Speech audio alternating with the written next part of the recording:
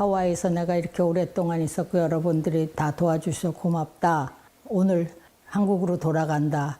성명서까지 다 발표를 했는데 못 들어가십니다. 정부에서 들어오지 말라고 하십니다는 소식을 전해요.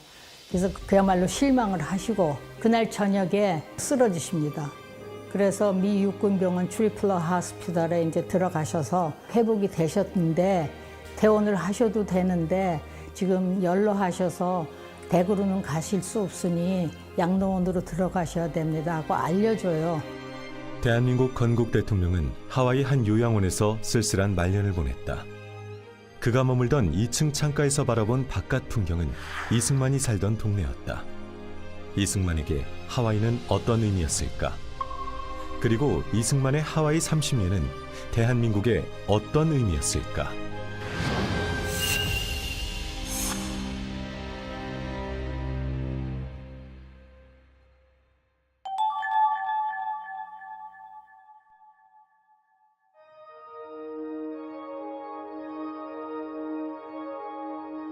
한 남자가 하와이 호놀룰루 항에 내렸다.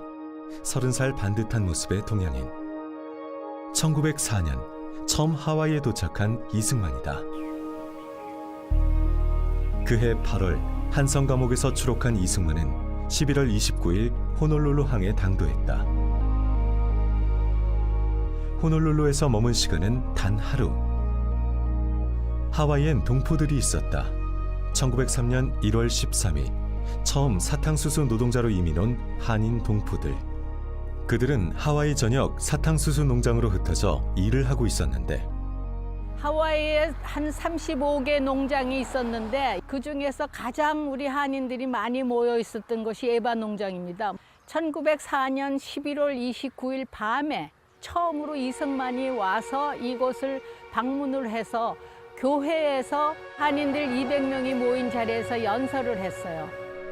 연설 내용에 대한 기록은 없지만 이승만이 어떤 이야기를 했을지 짐작가는 기록은 있다.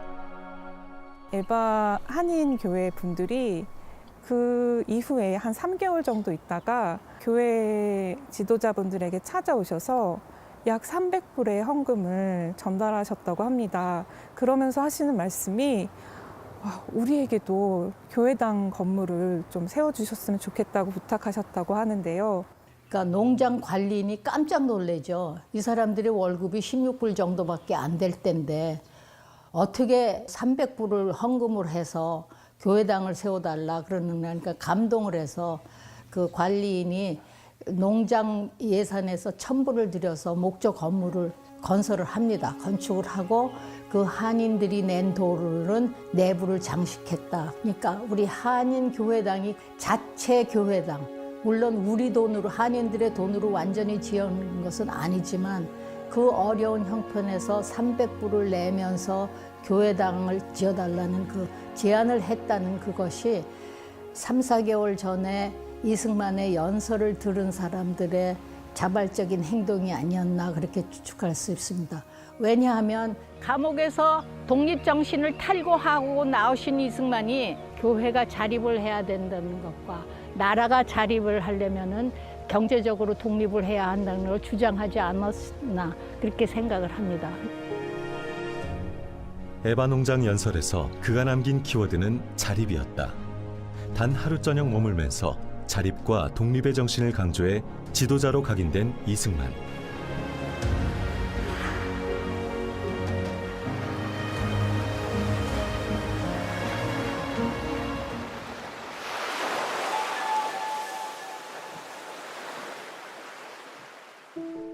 (1909년) 하와이에는 동포들의 교육과 실업을 장려하여 민족의 실력을 배양할 것을 목적으로 대한인 국민회가 조직되었다. 대한인 국민회뿐 아니라 신명 부인회, 부인교육회가 잇따라 설립돼 안중근 의사 재판 비용 모금 활동에도 참여했다. 백성이 무지해 나라를 잃었다고 믿은 동포들은 자녀 교육을 무엇보다 중시했고 한인 기숙학교도 설립하기에 이른다.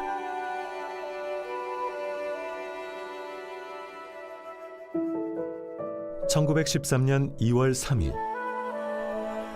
38살 청년 이승만은 하와이 땅을 다시 밟는다.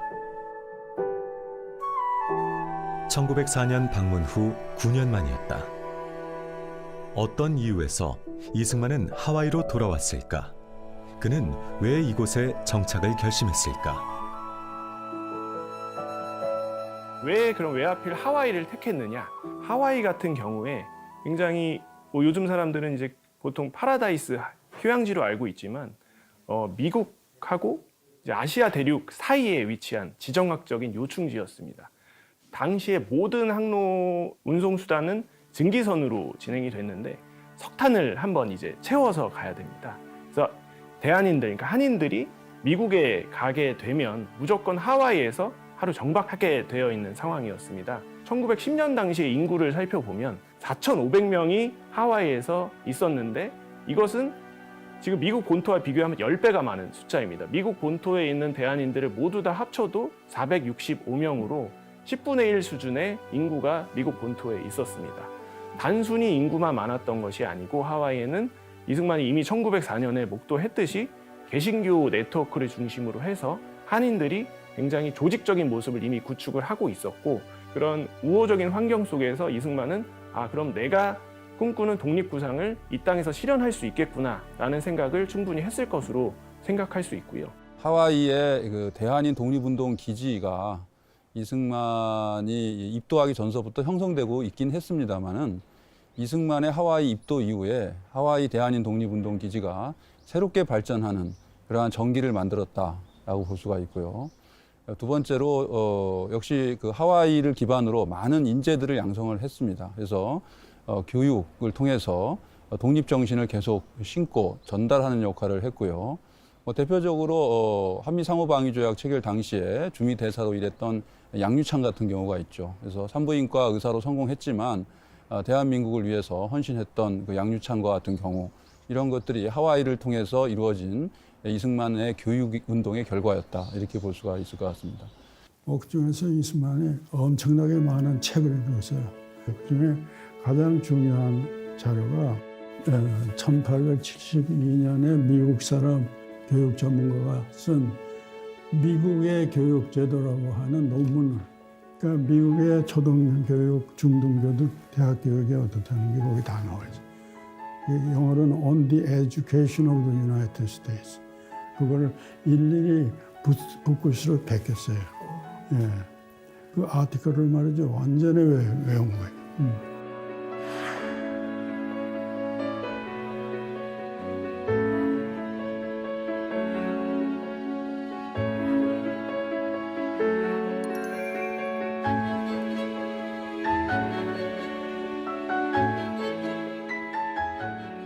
하와이 가서 이승만이 이 교육에 대해서 관심이 워낙 많고 그 교육을 어떻게 하는 게 좋겠다는 생각이 있기 때문에 하와이 와가지고 딴 일을 안 하고 학교 세우는 일을 했단 말이에요. 하와이 정착과 동시에 감리교 감리사의 요청으로 한인 기숙학교의 교장을 맡은 이승만. 그는 하와이 한인 교육에 크나큰 전환점을 만들어내는데 1913년 가을 학기부터 제2대 교장으로 이승만 박사가 활동을 하시게 됩니다. 교장이 되시면서 학교 이름을 한인기숙학교에서 한인중앙학교로 바꿉니다. 왜냐? 한인교육의 중심이다. 중앙학교. 그리고 이름을 바꾸고 이름만 바꾼 게 아니라 이게 남학교였는데 남녀공학으로 바꿉니다. 그러면서 여학생도 받아들여요. 그러니까 이승만 박사께서 이제 감옥에 갇혀 있을 때 벌써 미국의 교육제도에 관한 책을 많이 읽으셨어요. 그러면서 남녀공학, 여학생 교육 그런 거를 다 벌써 인식을 하셔가지고 여학생들도 교육을 시켜야 한다는 게 머리에 박혀 있었던 거예요. 대한민국의 교육 역사상에 남녀공학을 처음 시작하신 분이 이승만 박사였고 또 이제 나중에는 이제 여성 참여 정치에 참여하는 참정권까지 주는 게 이승만 박사입니다. 한인중앙학교의 전신 한인기숙학교는 남학생들만의 학교였기 때문에 당시 학교 내에 여학생 기숙사가 없었다. 이승만은 학교 근처에 집 한 채를 얻어 여학생들이 생활하며 학업을 이어가도록 했다. 하지만 뜻하지 않은 난관에 봉착하는데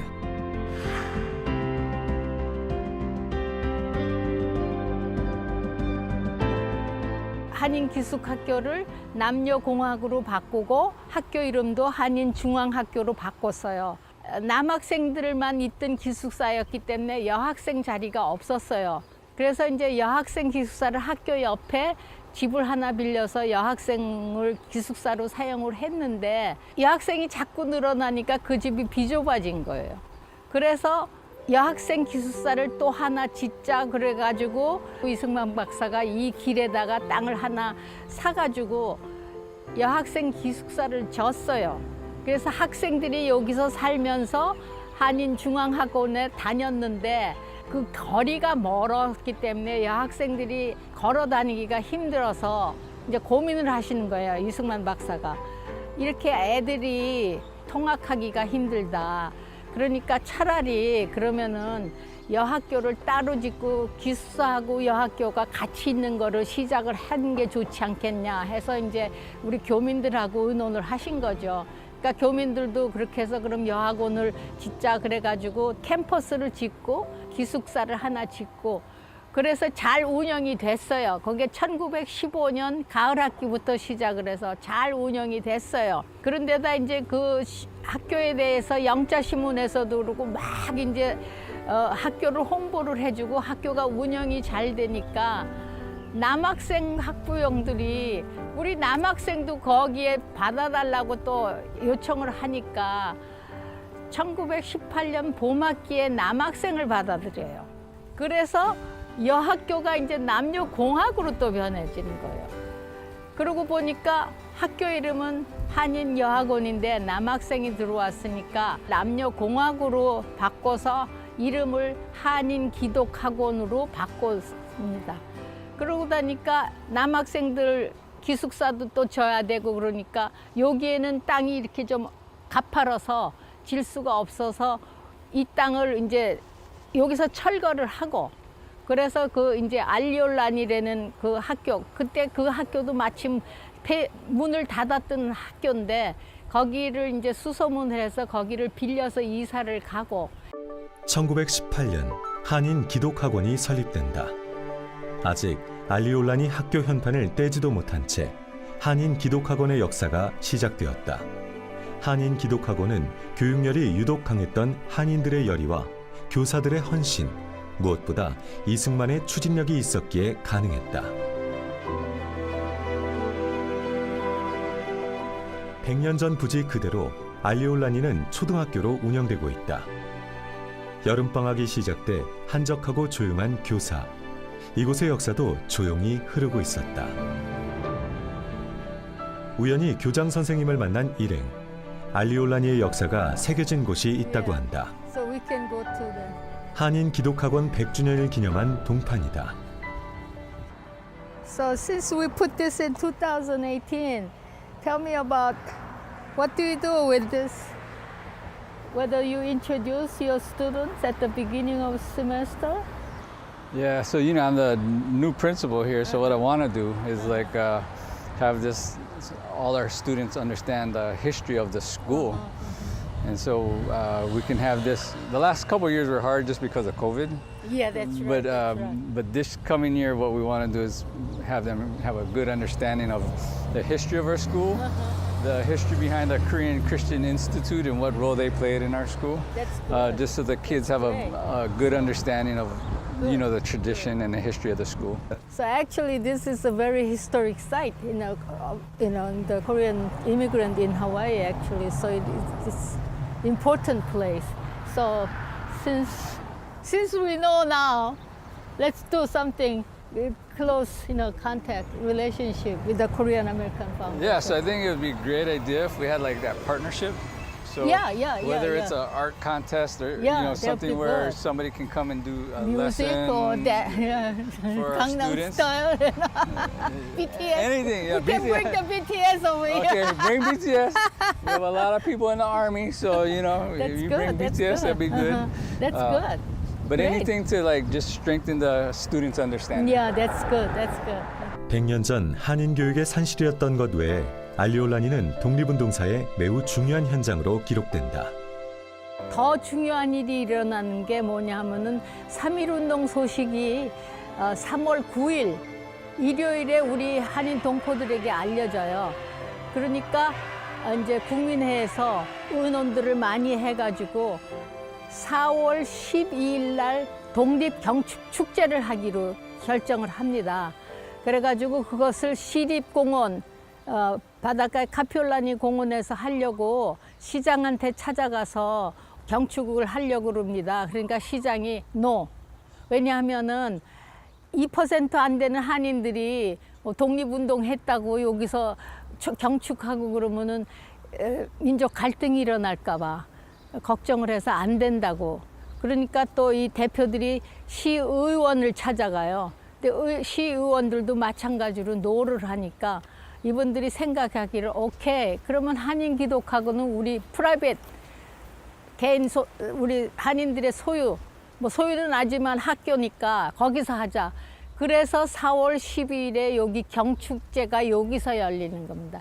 800여 명이 참여를 해가지고 아침에는 식을 하고 오후에는 씨름도 하고 하여튼 그런 거를 많이 해서 신문에, 영자 신문에도 크게 나고 우리 국민보에도 크게 나는데, 그때 찍은 그 경축식이 바로 저 나무 밑에 이렇게 단을 세워놓고 이제 태극기도 있는 사진도 있고, 그래서 거기서 경축제를 하고 이제 오후에는 여기서 이제 그야말로 축제를 벌리고 그렇게 했어요. 근데 호놀룰루에서만 있었던 게 아니라 호놀룰루에 참석하지 못했던 사람들을 위해서 우리 와이알로아 농장에서도 있었고, 빅아일랜드의 호노카라는 농장에서도 있었고, 또 다른 여러 군데서 다 똑같이 4월 12일에 독립경축, 대한독립경축제를 지냈습니다.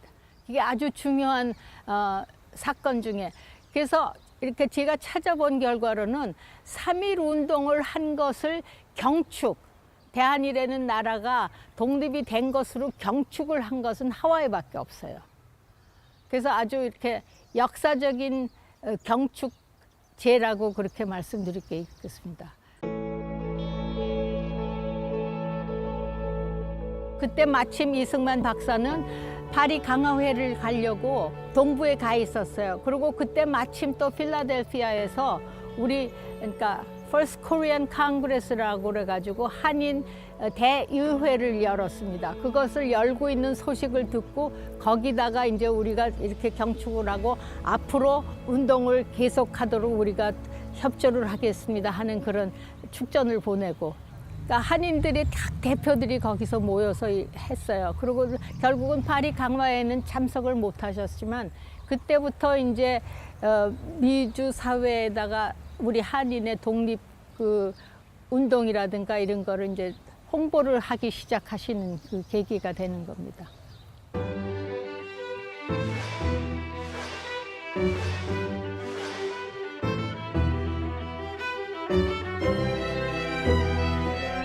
방과 후 한글과 한국사 수업 외엔 모두 영어로 진행됐는데 교과 과정은 공립학교 과정과 같았고 졸업 후엔 공립고등학교에 진학할 수 있었다. 정규 교과 과목 외에 보이스카우트와 YWCA 회원 활동, 스포츠팀도 운영되면서 국제사회에 적응할 인재로 양성하고 있었다.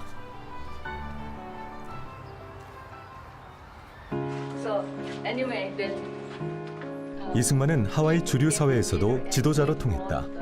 하와이 정착 이전에 이미 YMCA 국제위원회와 교류하고 서울 YMCA 총무를 맡았던 이승만. 한인 동포들의 교육 사업에 매진하던 그에게 하와이 YMCA 활동은 어떤 의미였을까? And the Nuuanu YMCA was the very first interracial That's right. YMCA in America. That's correct. And That's correct. That's been one of the legacy and historical It's a whole- realities. because it's of it. Hawaii. Well, we are the most diverse YMCA That's in right. the country. That's right. Because That's of right. Dr. Ree and others who helped to start Yeah, the Nuuanu yeah. Y. It's a wonderful gift that Dr. Ree and others gifted to us. That's this right. collective, everyone together YMCA. That's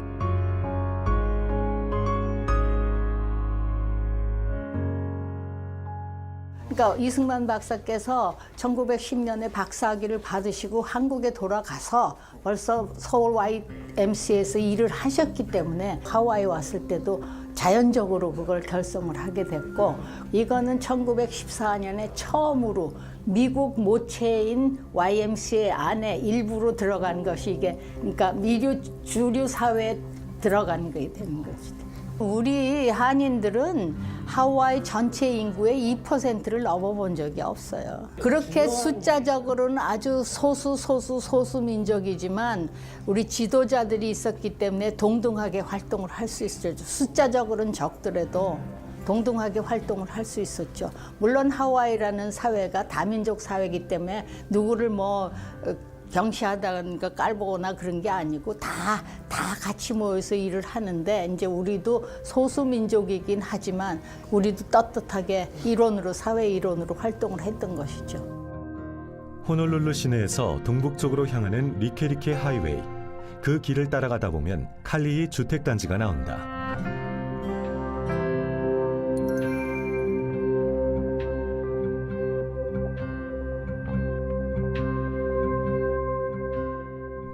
현 칼리히 초등학교. 한인 기독학원이 알리올라니를 떠나 새 교사를 지었던 곳이다. 교사 이전 후 학생 수는 늘고 매해 많은 졸업생을 배출했지만 무상교육에 기숙사비마저 탕감받는 학생들이 늘어나며 이승만은 학교 부지를 조금씩 팔아 학교를 유지할 수밖에 없었다. 어려움은 계속됐다. 1930년대에 들어서 경제 대공황 시기와 맞물리면서 학교는 한계에 봉착하기도 했는데, 한편 그 무렵 이승만은 벽안의 신부를 맞이해 1934년 결혼식을 올린다. 이번 다큐멘터리 제작 과정에서 우리는 이승만의 결혼식 사진을 입수하게 됐다. That was taken in New York. 국내에 최초로 공개되는 이승만 프란체스카 결혼 사진. I know his marriage was a surprise to everybody. 사진을 소개한 위니프레드 씨. 그의 어머니는 김노디다. 김노디는 1919년 4월 필라델피아 한인 대표자 회의에 참가해 당당히 연설을 하기도 했다. 그는 이승만 박사의 양녀이기도 했다. 이번 다큐멘터리에서 최초 공개되는 또 하나의 중요한 문서, 김노디의 양녀 입적 계약서. 훈장증 고 김노디. 대한민국 헌법에 따라 다음 훈장을 추서합니다. 건국훈장, 애국장. 2021년 3월 1일 대통령 문재인. 어머니 김노디 지사 대신 훈장을 받은 위니프레드. 위니프레드는 칼리히 한인 기독학원의 학생이기도 했다. 어린 소녀였던 위니프레드는 93세의 노인이 되어 그 시절로 돌아간다. See? Korean Christian Institute. Oh, yeah. 22 to 47.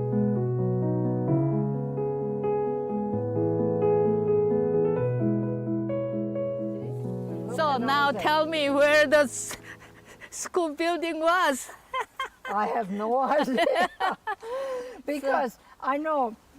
When you come up this we way, walked up the hill.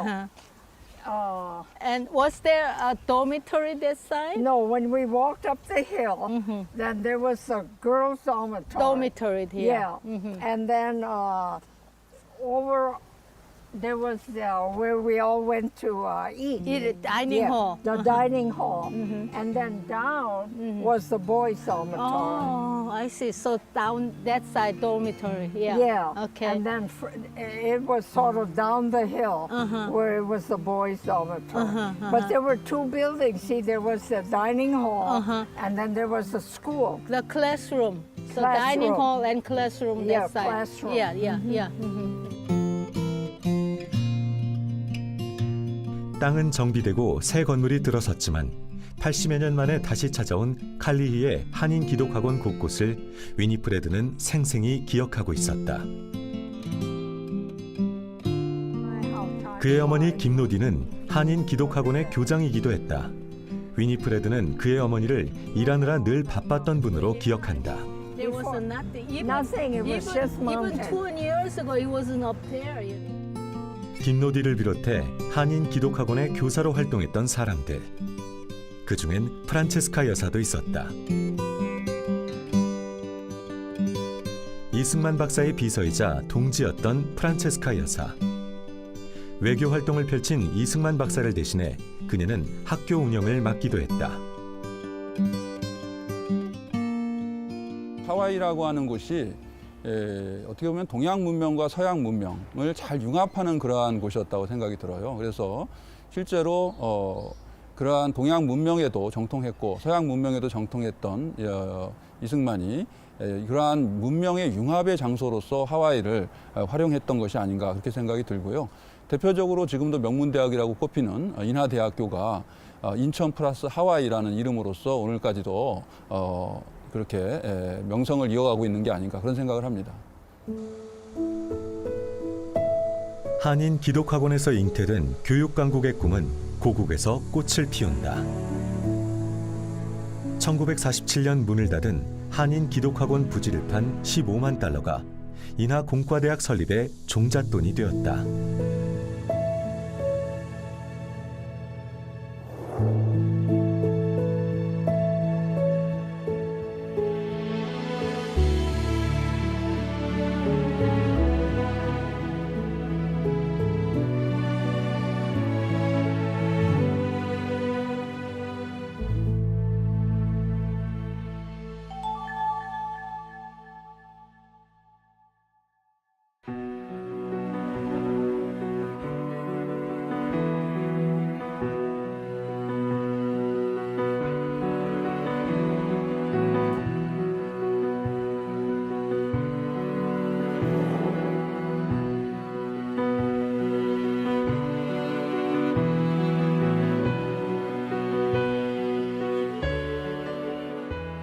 한국교회 핍박을 왜 이분이 집필을 했을까? 저도 그런 의문점을 가지고 책을 이렇게 천천히 여러 번을 봤는데요. 제가 깜짝 놀란 게 있어요. 백오이 사건이라고 하는 하나의 그 일제 그 기독교 탄압의 사건, 그게 초점이 아니었던 거예요. 제목은 한국교회 핍박이지만, 그래서 서문에 보면은 일본이 잘못한 것을 지적하기 위해서가 아니라 우리가 잘할 수 있는 것을 말하기 위해서라고 그렇게 서문에 밝히고 있는 것에 제가 굉장히 깜짝 놀랐어요. 아, 이 책은 보통 책이 아니구나. 단순히 겉으로 드러나는 일제 탄압만을 얘기하려고 하는 책이 아니라 뭔가 여기에는 중요한 의도가 숨어 있구나. 그게 무엇일까? 그래서 그거를 찾아내기 위해서 저도 나름대로 열심히 책을 보고 연구를 했는데, 그것은 바로 한국의 독립에 한국교회가 굉장히 중요한 역할을 한국교회가 가지고 있다는 것이죠. 그거를 일깨우기 위해서 한국 독립의 전쟁 기지로서 하와이에 있는 교포들을 대상으로 이제 계몽운동 차원에서 집필한 책이 한국교회 핍박이더라고요. 한국교회 핍박을 비롯해 이승만 박사의 언론 출판 활동은 교육활동 못지않게 왕성했다. 한국교회 핍박 출간 5달 후 그해 9월엔 잡지도 펴낸다. 바로 태평양 잡지다. 이 사람이 이제 신문을 만들면서 신문이야말로 우리 백성을 계몽해서 근대 국가로 만드는데 이상 좋은 무기가 없구나. 대형 신문사를 만들어야 되겠다. 그래서 대형 신문사 만드는 설계 이 예산까지 자기가 만드는 그 매일신문에다 논설로 쓰잖아요. 그런 언론이었기 때문에 하와이에 망명 가서도 즉각 만든 게 언론 태평양 잡지였죠. 이 태평양 잡지 가지고 독립운동을 하자. 독립운동의 무기로 만든 겁니다. 적게는 33면, 많게는 102면이었던 태평양 잡지는 약 700부 정도 발행됐다. 주목할 것은 이 잡지가 미국 본토를 비롯해 한인 동포들이 있는 세계 각지로 보내졌다는 사실이다. 이 태평양 잡지가 발간되면은 하와이는 물론이고 미국 본토 그리고 우리 교민들이 있는 쿠바, 멕시코, 중국, 만주, 남경, 북경, 심지어는 영국, 프랑스, 독일 이런 데도 배포가 됐습니다. 그러니까 이게 그렇게 전 세계에 있는 한인들이 있는 곳에 배포가 됐다는 얘기는 태평양 잡지를 통해서 서로 하와이나 미국에 있는 동포들은 이 본국이나 또 중국에 있는 동포들이 어떻게 생활하는지 어떻게 운동을 하고 있는지 이런 소식을 주고받는 역할도 하잖아요. 그러니까 언론 매체 역할을 한 거죠.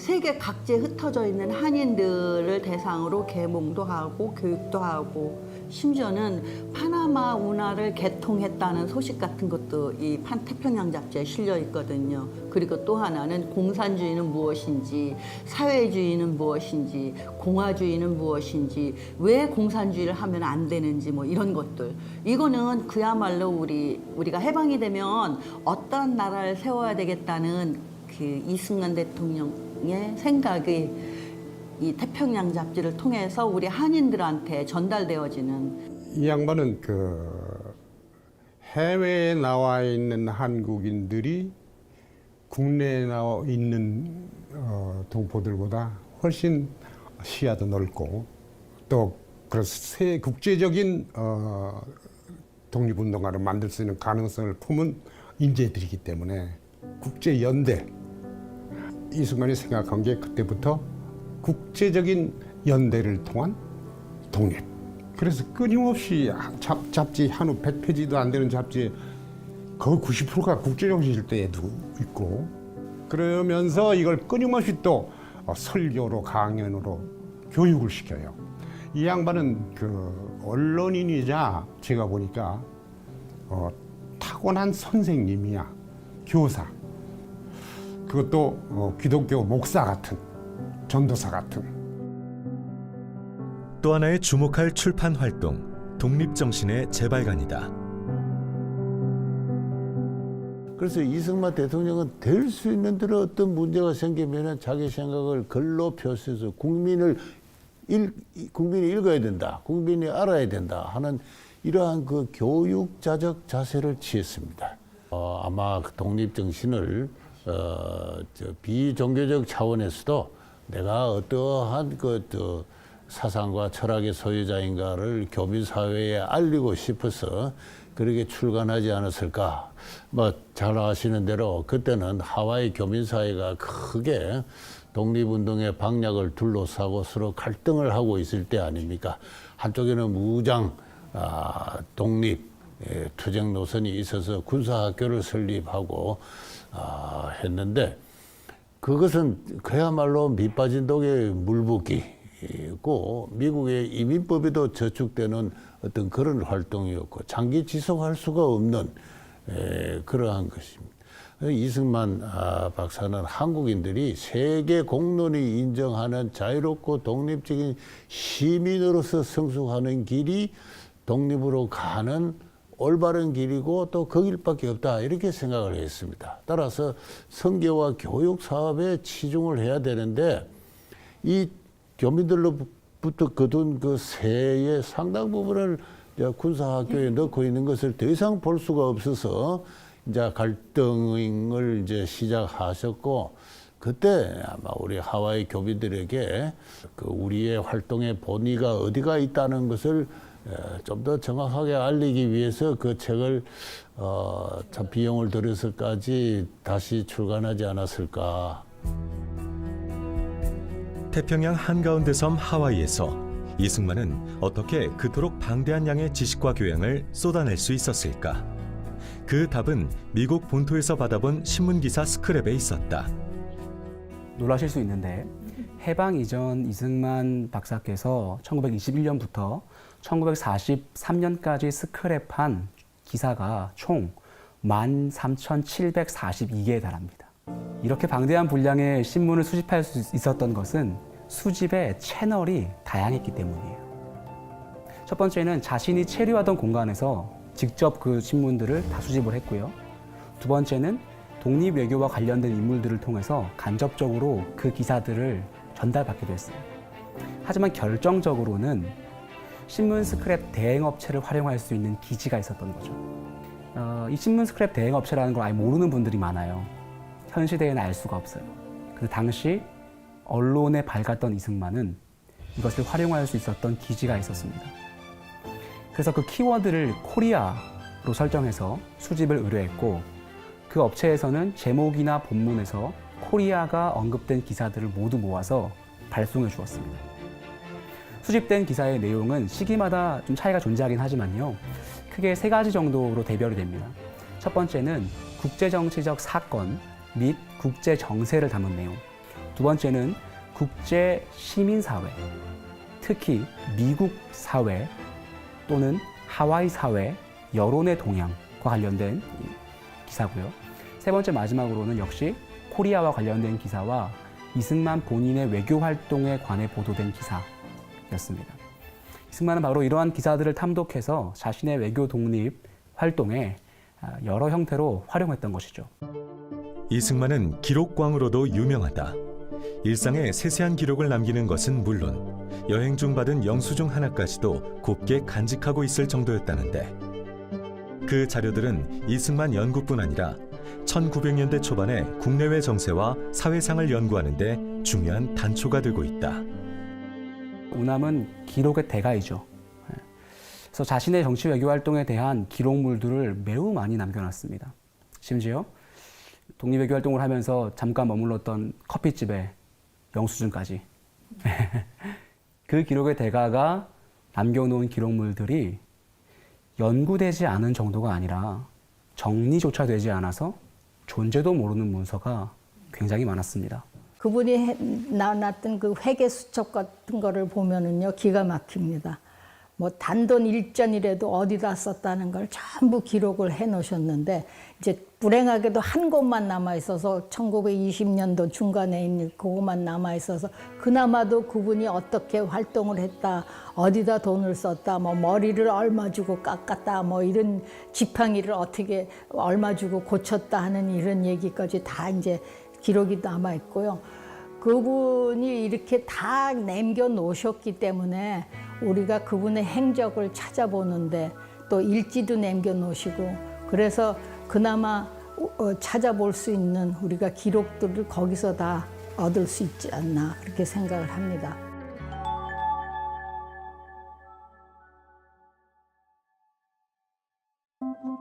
오아후 섬에서도 한참 떨어진 하와이 큰 섬 빅아일랜드.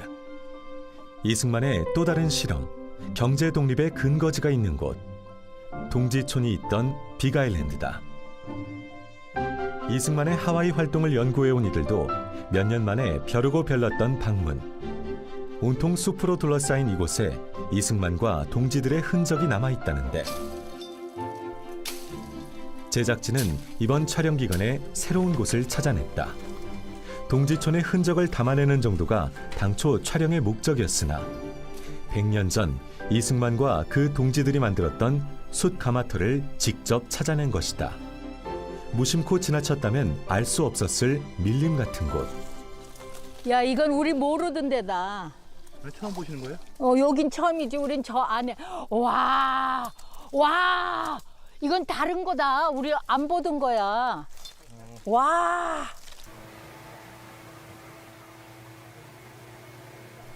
울창한 숲에 가려진 놀라운 현장. 100년 전 조성된 숯가마터다.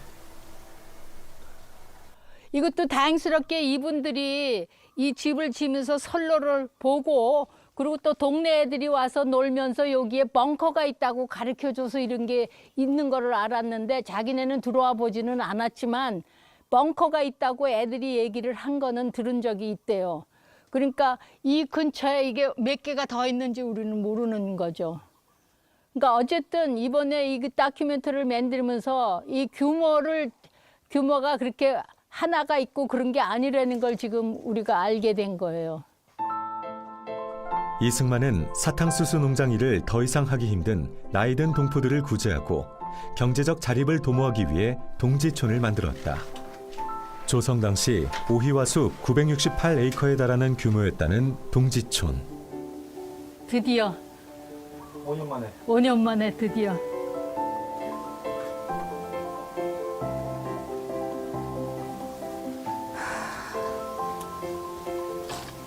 제가 있어요. 100년 전 이승만은 어떤 마음으로 이 시설과 장치들을 만들었을까? 태평양 섬 한가운데 조성된 첨단의 숯 제조 시설. 이끼와 녹으로 뒤덮였지만 세월의 흔적 아래 확인했던 것. 그것은 이승만과 동지회 회원들의 땀과 노력이었다. 이 바퀴가 그러니까 이 위에 이제 철제 나는 바구니라 그러는데 어쨌든 철제 칸이 들어가야 되니까 이 바퀴가 그 철제 칸의 바퀴예요. 그래서 이 선로를 따라서 이 속으로 들어가게 그렇게 만들었던 거죠. 어? 들어갔다 나왔다 이제 그런 게 그러니까 야 참 생각도 그러니까 이런 거를 모르시던 분이 여기 엔지니어들하고 한테서 같이 배우면서 이런 거를 배워가면서 사업을 벌리셨다는 게 이게 보통 일이 아니잖아요. 이승만은 엔지니어에게 일일이 배워가며 숯을 구웠다. 당시 그에게 가장 중요한 것은 동포들의 자립이었다. 이승만이 조직한 동지회. 그는 1921년 7월 임시정부 옹호와 동포의 대동단결 도모를 위해 동지회를 조직했다. 동지회 결성 4년 후엔 재정 확보의 방편으로 경제활동을 시작하면서 동지 식산회사를 설립한다. Dongjihe was founded in 1921, and at that time there was conflict actually within the Korean community between the Kungminhe, which was the Korean National Assembly, and Dr. Ri. But my understanding is that after the provincial government was declared in 1919, Dr. Ri felt that provisional government should be supported rather than the Kunminghe. But there was conflict within the association. So Dr. Ri broke off from Dongjihe, and his purpose was to support the provincial government of Korea and also to provide benefits for the immigrant Koreans in the United States and Hawaii. Dr. Ri felt that the Koreans had to become financially self-supporting. And so in, was it 1926? He formed a Dongji Investment Company and issued shares and was able to raise about $30,000, which was a lot of money at that time. 이승만 박사님이 여기 오셨을 때 제가 들은 기억으로는 여기 한국 그 젊은 사람들을 그분들을 모셔가지고 와서 땅을 내 기억이 참 정확하지 않으면 뭐 20에칸지 하여튼 큰 땅을 사가지고 거기서 농사를 짓고 수술고 가지고 그걸 여기 있는 사람들한테 팔아서 독립운동 기금을 마련을 하려고 그러셨답니다. 그 얘기는 그 옛날 할머니들한테 제가 들었습니다. 여기 있는 그 할머니들이 그분들이 사진을 보고 결혼해 오셔서 와보니까 그 사진을 봤을 때는 젊은 잘생긴 남편들이었는데 와보니까 할아버지가 있고 근데 벌써 이제 돌아갈 수도 없고 그래서 그냥 살고 그랬다고 그래요. 그렇지만 그 할머니들이 그때 내가 왔을 때 몇 분이 계셨는데 그분이 자기네들이 젊었을 때 그 이승만 박사님이 독립운동을 가끔 오시고 가신대요. 그러면 그때마다 자기가 모았던 돈을 봐가지고 이승만 박사님 독립운동은 쓰시라고 그렇게 줬다고 그랬어요. 그 말씀을 들으셨어요? 들었어요. 그 할머니한테 들었어요. 그래서 참 훌륭한 분으로 늘 기억을 하고 있었습니다.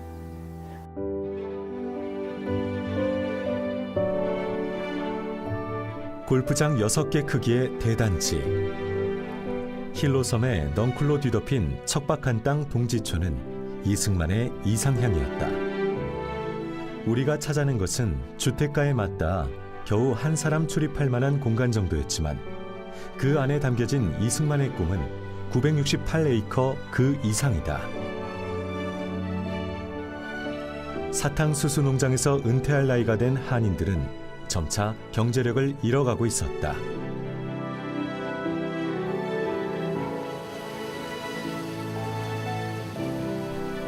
사탕수수 농장에서 평생을 일하며 조국의 독립운동에 자금을 보탰던 동포들을 위해 이승만이 할 수 있는 일은 땅을 매입하고 경제 공동체를 만드는 것이었다. 이승만은 동지촌의 한 작은 집에 기거하면서 동지 회원들과 함께 직접 임야를 개간하고 숯을 구웠다. 하지만 부푼 꿈과는 달리 목재의 질과 양, 숯가루의 완성도가 납품 수준을 맞추지 못한다. 설상가상 미국의 경제공황과 맞물리면서 계획한 경제 자립은 물거품이 되어버린다. 동지초는 실패로 돌아간 것이다.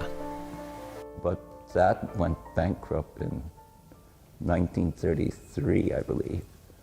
And I was told the reason it went bankrupt was because their contract with the U.S. Navy to supply charcoal was broken by the U.S. government. And after that, they got into financial trouble. So that in 1933, they had to auction off all that land.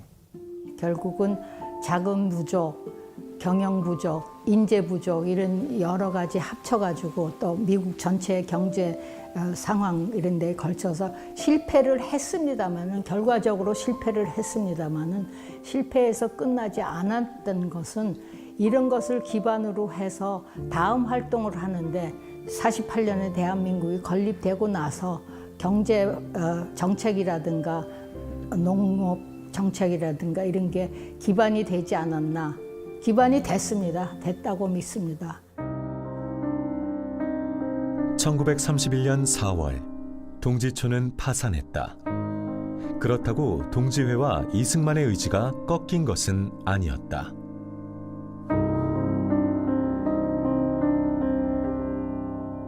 동지회 probably has about 50 members. Among those 50 members, about 10 are very active. And our focus is on history and education for the Korean youth in Hawaii. So this year we are providing 8 scholarships at $2,000 per person, and we have maintained that type or more in the past years. Very dependent on our investments in the market and how they do.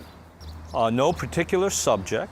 But this year, we implemented a question where it talks about understanding Dr. Syngman Rhee and how Dr. Syngman Rhee's philosophy, activities may have influenced how you think or you may be thinking in the future.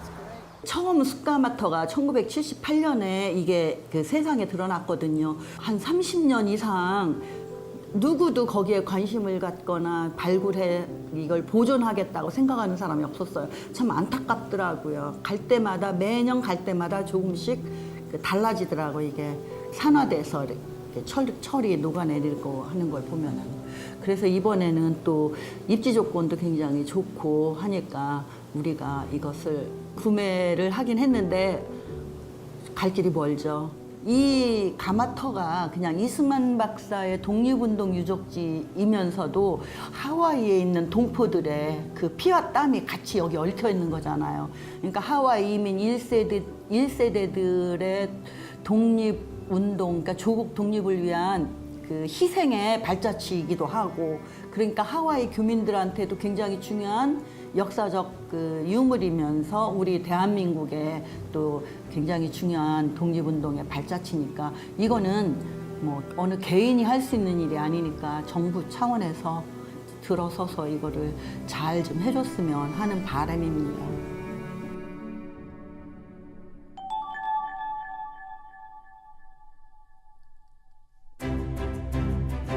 하와이는 기독교인 이승만이 교회 자립을 일궈낸 곳이기도 하다. 하와이에서 만난 광화문 문루 한인 기독교회.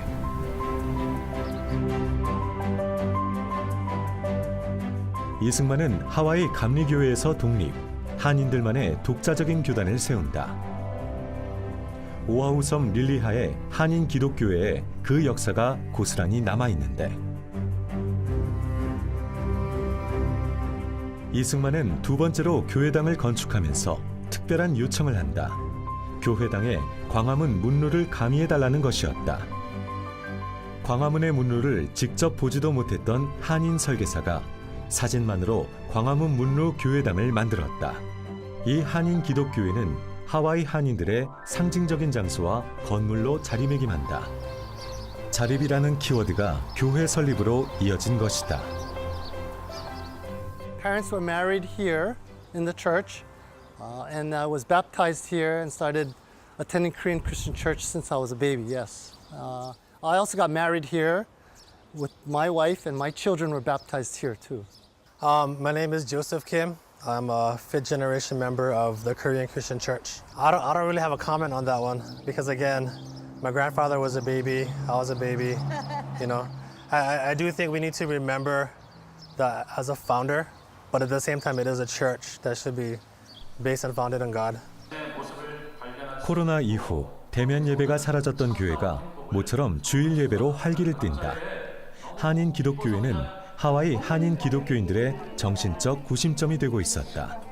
예, 저희들이 교인 대부분들은 오래되신 분들은 우리가 해마다 이 숙모회와 동지와 함께 우리 이승만 그 초대 대통령님을 기념하는 생신을 우리 교회에서 해마다 해왔습니다. 오아후 섬 와히아와 교회, 이승만이 세운 호놀룰루 한인 기독교회를 따라 세워진 한인 기독교회다.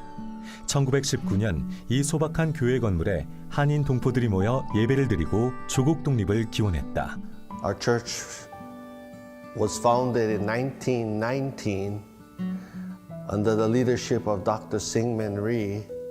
He had already started the Liliha Korean Christian Church, then started Wahiwa Korean Christian Church in 1919.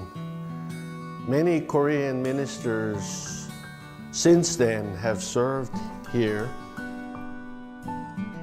오아후 섬에서 비행기로 40분 나라가 만난 빅아일랜드 힐로. 호놀룰루뿐 아니라 빅아일랜드에도 이승만의 교회 자립의 흔적이 남아있다. 힐로 한인 기독교회를 찾은 제작진. 한인 동포들이 있는 곳엔 이승만이 있었고 교회가 세워졌다. 이승만은 조국이 기독교 정신으로 무장해야 한다는 신념을 가지고 있었다. 기독교 정신이란 평등과 독립 정신이 그 근간이기 때문이다. 저희 교회는 1919년에 이승만 박사에 의해서 교회가 세워진 교회로 알려져 있습니다. 저희 교회는 멤버라고 하면 아이들까지 다 합쳐야 40명 정도입니다. 그러니까 어른을 그 숫자를 보면 한 30명 정도밖에 되지 않는 교회지만은, 그러나 이제는 그래도 교인들이 여태 우리가 받은 그러한 은혜, 사랑들을 이제는 더 많이 나누자, 그러한 나누는 교회로 우리가 탈바꿈 하는 그러한 과정을 겪고 있습니다. 몇 년 전에 100주년 기념 예배를 우리가 감격적으로 드릴 수 있는 그러한 시간이 되었습니다. 이승만이 100년 전 하와이 곳곳에 설립한 교회는 그의 신념과 함께 성장해왔다. 이승만의 신념은 기독교 정신, 그리고 독립 정신이었다. 제일 중요한 건 저는 독립 정신이라고 생각을 하거든요. 이 독립 정신이라는 거는 이제 이승만의 저서의 제목이기도 합니다. 근데 이 독립 정신 단순히 뭐 독립을 하자 이런 얘기도 있지만 중요한 것은 개신교 신앙에서 이 독립 정신의 근원을 찾았다는 것입니다. 신학 월보에 그러한 생각들이 정확하게 명시가 되어 있고 독립 정신 같은 그 저서를 통해서 개신교와 독립 정신의 그 관계를 얘기를 했는데 하와이는 그러한 독립 정신을 가지고 있는 대한인들이 많이 거주하고 있었기 때문에 이곳을 이승만 대통령이 본인의 독립 구상을 실현할 수 있는 적합한 곳이라고 생각을 했을 거라고 저는 그렇게 연구를 하고 있습니다. 저는 제가 하와이에 정착한 50년 전에 1972년을 떠올려 봅니다. 다민족 사회라고 해도 이민자는 이방인이 마련이고 저를 비롯한 하와이 한인들도 정착 초기엔 엄청난 고생들을 해야 했죠. 그래서 전 100여 년 전 하와이 땅에 오신 이승만 박사의 입장에서 그분은 어떠셨을까 생각해 봅니다. 나라는 이렇지, 백성들은 뿔뿔이 흩어졌지, 당신은 여행 가방 하나 들고 하와이의 백성들과 뭘 해야 하나, 얼마나 막연했을까요? 그래도 지도자는 지도자였던 것 같습니다.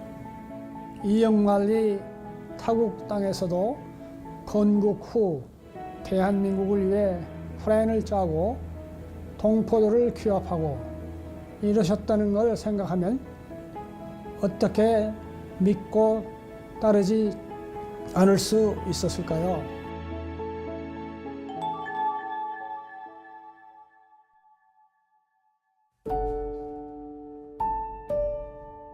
대한민국 국립서울현충원. 이곳에 건국 대통령 이승만의 묘소가 있다. 2022년 5월 하와이에서 온 이덕희 소장과 건국 이념보급회 김효선 사무총장이 이곳을 방문했다. 이승만 대통령께 이 다큐멘터리의 제작을 알리고 싶었던 것이다. 어떻게 오셨어요? 그냥 여기 산책 좀. 산책 정도로.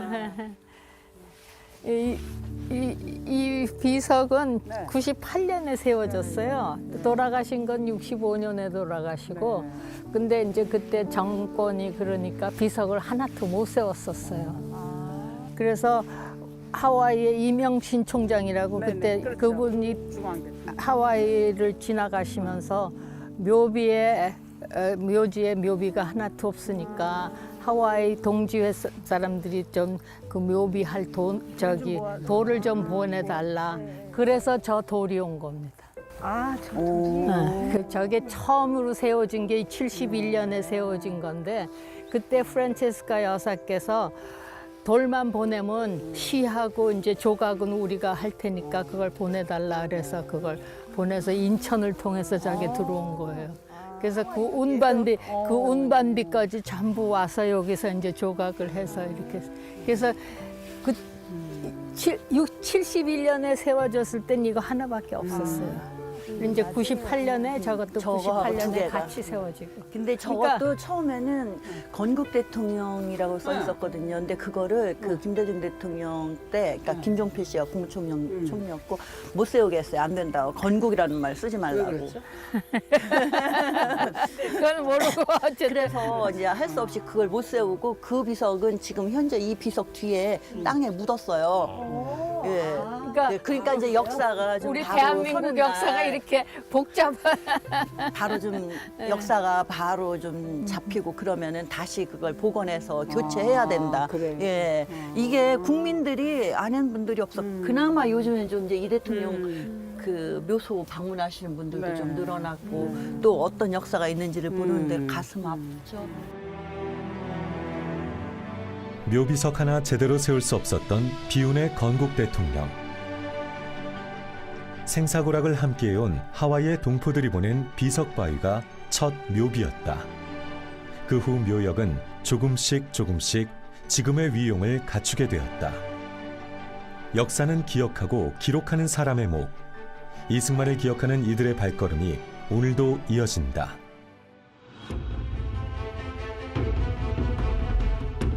(1960년) 4.19 혁명 후 이승만은 대통령의 자리에서 물러난다.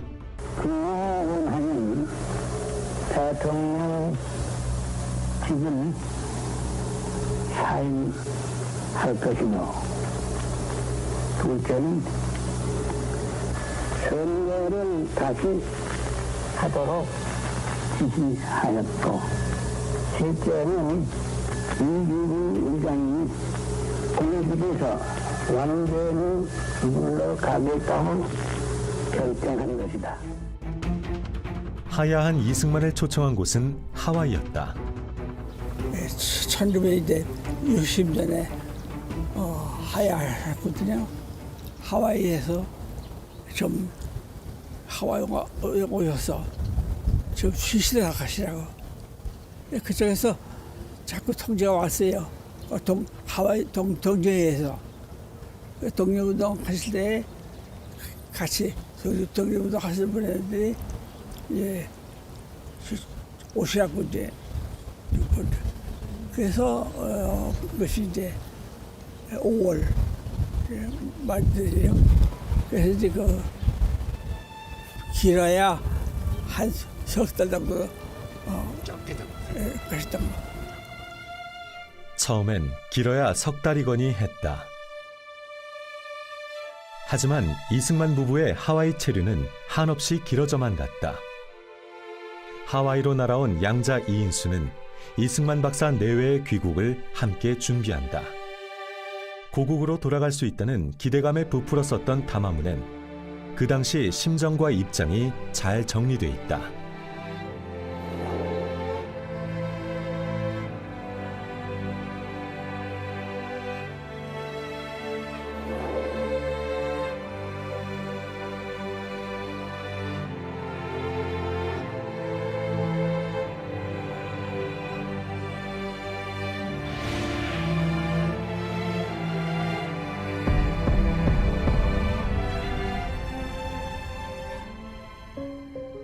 그가 남은 삶을 보냈던 마우날라니 요양원이다.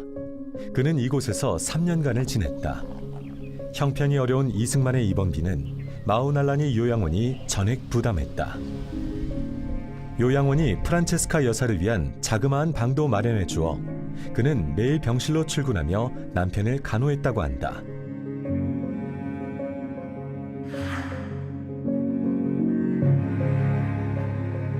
4.19 정신을 인정하고, 그리고 그러나 결국은 4.19를 부정했던 5.16 세력으로부터 초대받지 못하면서 외롭게 결국은 최후를 하와이에서 맞이할 수밖에 없었다는 것은 어떻게 보면은 그때 그냥 귀국할 수도 있었음에도 불구하고 너무나 조국을 사랑했기 때문에 조국으로 돌아오지 않은 그러한 선택을 한 것이 아니었나, 저는 그렇게 보고 있습니다.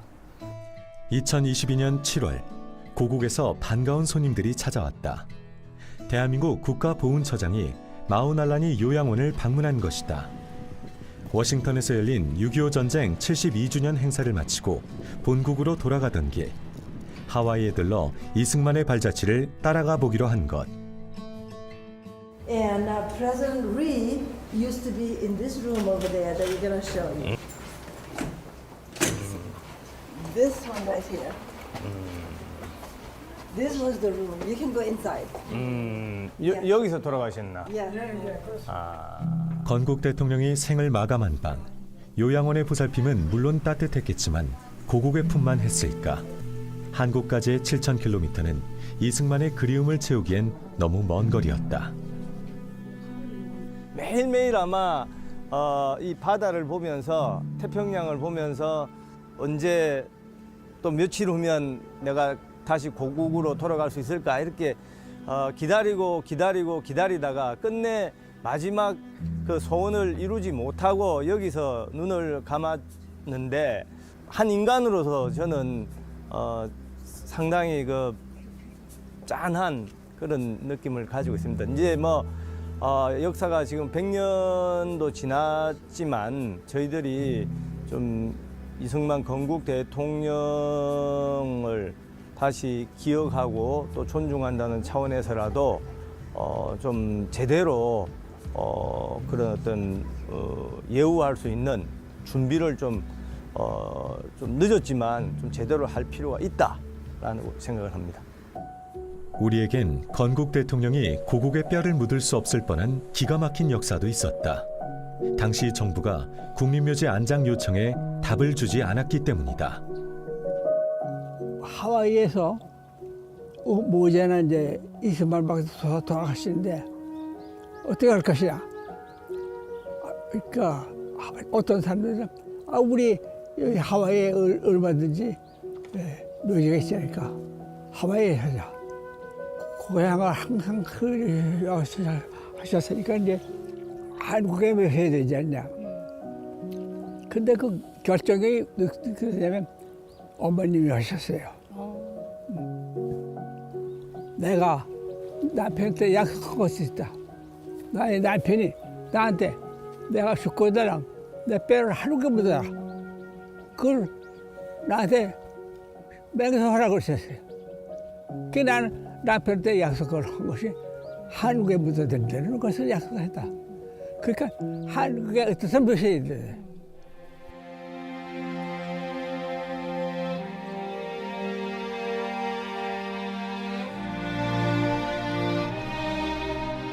인생의 3분의 1을 하와이에 살면서 건국을 준비했던 이승만.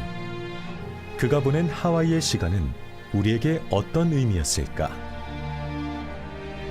그 역사를 제대로 마주하지 않는다면 우리는 건국 대통령인 그에게 빚을 진 채 살아가야 할지도 모른다.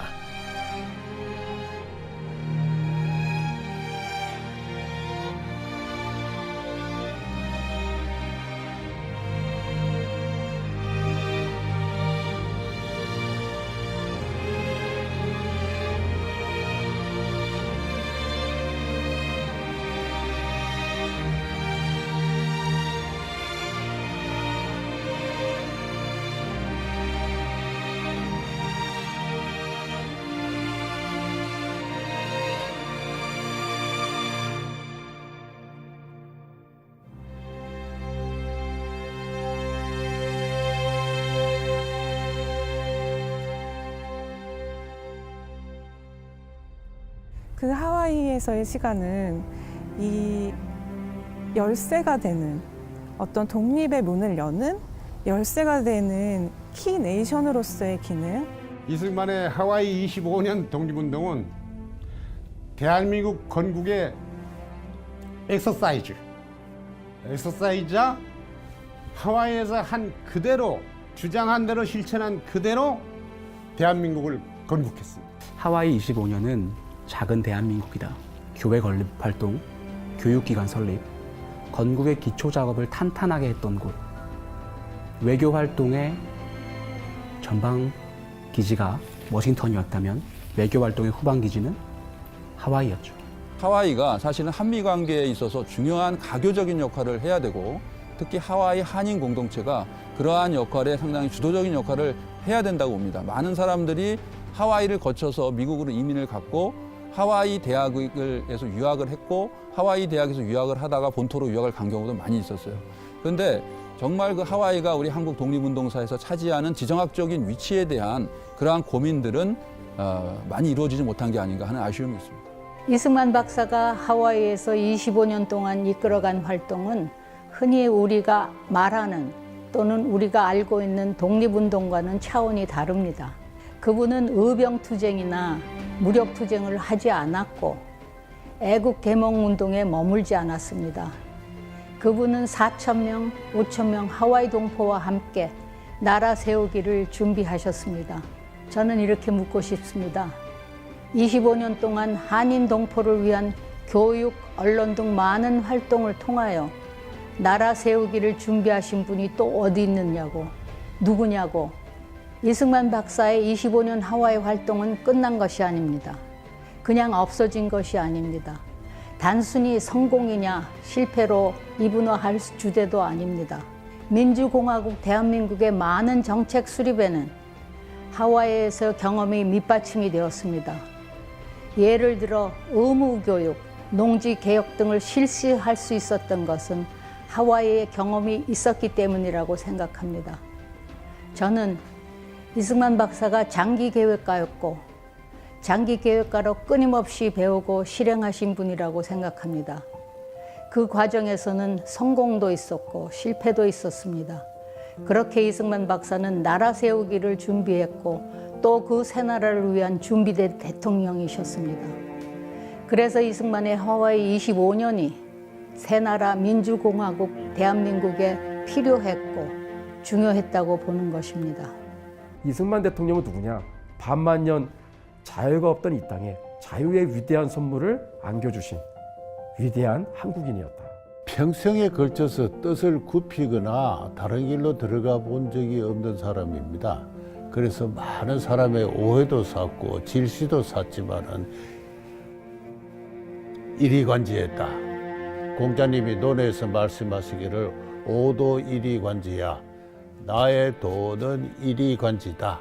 하나로서 처음과 끝을 관통한다 했을 때 전통 유학자로서 출발한 이승만은 그 유학의 정신에 투철하여서 그가 결국 근대 학문과 기독교를 개종 이후에도 오도 이리관지 했다는 점에서는 전통과 외래 문명이 훌륭하게 결합해서 탄생시킨 참 위대한 한 사상가와 정치가를 이승만에서 본다.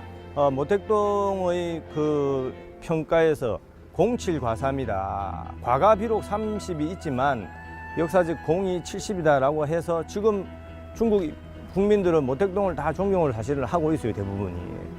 그런 예를 뭐 우리가 비교해 볼 때 이승만 대통령은 그 자유당 정권 마지막 부분에서 부정선거 또 독재 이런 부분에 대해서는 상당히 역사의 엄정한 비판을 받아야 됨에도 불구하고 그 다 허물어져가는 그런 왕정을 혁신적인 그런 공화정으로 바꾸는, 그리고 또 일본에 대해서 우리가 아주 그 꿋꿋하게 독립운동을 하고 결국 광복을 이루어낸 두 가지, 그리고 또 마지막 한미 상호 방위 조약에서 상징이 됩니다만은 어떤 공산주의에 대항해서 자유의 가치를 지켜낸 이 세 가지 점은 누가 뭐라고 하더라도 부정할 수 없는 역사의 걸출한 인물이다라고 저는 생각을 하고 있습니다. 이 얘기 해도 될까 모르겠어요. 이 다큐를 꼭 만들고 싶다는 생각을 한 거는 우리 한국에 있는 청년들, 학생들뿐만 아니라 하와이에 있는 젊은 우리 교포들한테도 이승만 대통령 이야기를 제대로 좀 알려주고 싶었습니다. 꼭 알았으면 좋겠다는 생각합니다. 이승만 대통령에 대해서 너무 모르는 것 같아요. 그래서 그러다 보면은 하와이가 이승만 대통령의 근거지잖아요. 제2의 고향이고. 그런데 이승만 대통령의 발자취가 다 잊혀지는 것 같아 너무 안타까웠습니다.